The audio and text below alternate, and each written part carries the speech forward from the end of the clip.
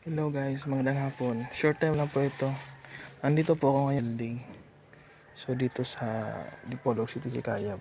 So nandito kami ngayon kasi pupuntahan namin yung yung namatay na namin na relatives. So yung dalawang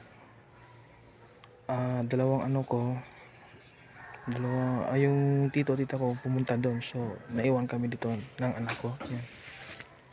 So dito ko yun sa abandonadong building.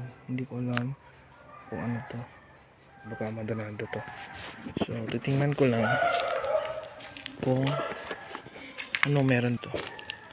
So guys, pag may nakita kayo, comment down section lang kayo ha.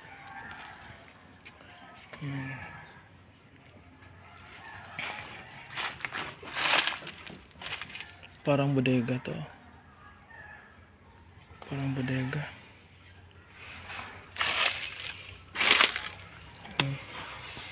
Mag-iingat tayo kasi baka may ahas. Yan, parang bodega yan. So, hindi ko alam kung anong meron dito guys. So paggabi daw, may mga naglalabasan daw dito. Hindi ko lang alam kasi hindi pa ako nakapunta. Sabi-sabi lang kasi noon pa. Abandonado po to. Yan. Diyan lang nga sa likod nito.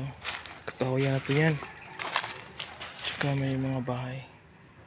Yan po. Ingat lang po tayo dito kasi baka may ahas. Short video lang po ito.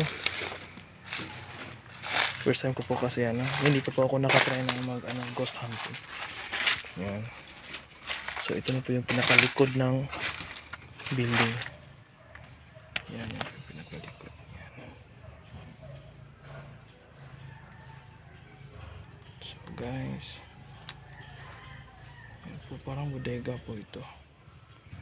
Hindi nga parang bodega nga po. Parang abandonado na.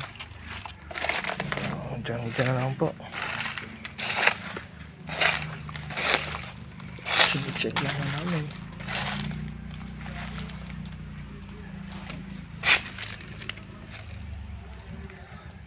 So nakabalik na po sila.